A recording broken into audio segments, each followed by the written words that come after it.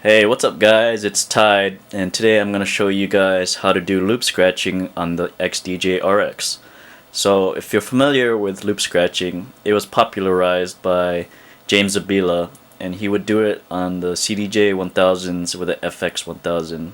Eventually he upgraded to the CDJ-2000s, and I believe he used the Remix 1000 in accordance with the FX-1000 to add effects to his loop scratching. Basically I'm going to show you how to do the loop scratching with some limited effects on the XDJ-RX. So first what you need is a scratch sample. The scratch sample you'll need is basically anything that's a little bit long. What I'm going to use is that scratch sample that goes whoosh or wah, and I'm sure you've heard it used by many scratch DJs. So this is what it sounds like.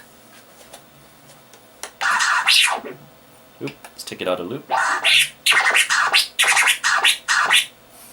So once you have that sample, load it to whatever deck you want to on the XDJ-RX.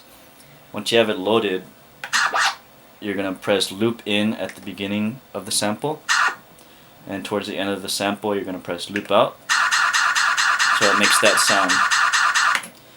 Now go to your transform effect, set it to whatever deck the scratch sample's on. Make sure the level depth is about 3 o'clock, and what you're going to want to do is whatever song is playing on the other deck, if you look at the BPM, make sure that what you're going to want to do is keep that in mind, because once it's playing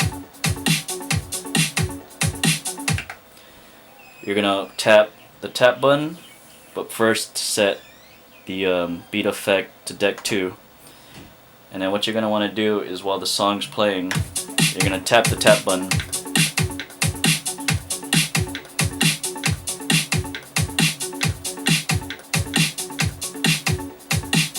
until it's as close as possible to the BPM of the song playing. So you can't really see it, but it says 135.9. The song is at 135.4. Close enough.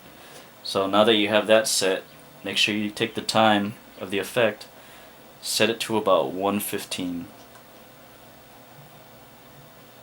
That'll set it to 1/4 beat, 115 milliseconds. And let's hear what it sounds like. Sorry.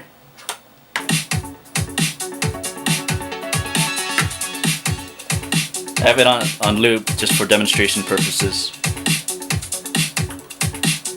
Now press play and make sure you have the effect triggered.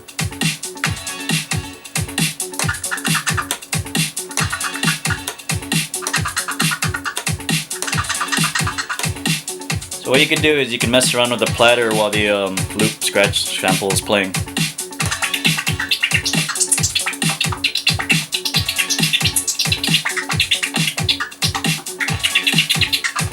You can also mess with the pitch adjust for the scratch sample.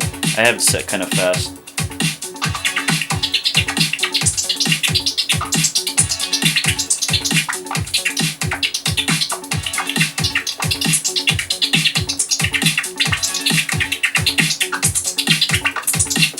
You can also mess with the sound color effects to add effects to the scratch sample.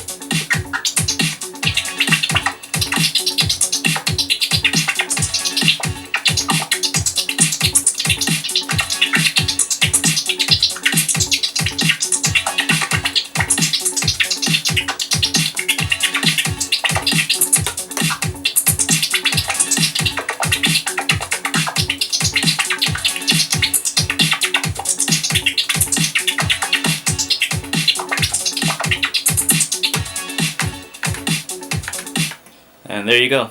It takes a little bit of practice. It's not always going to be perfect, so you kind of have to do it by ear. But once you get it working, it sounds really cool. Alright guys, thanks for watching. Check out my next video. Make sure you leave me a comment and hit subscribe. Have a good one. Aloha.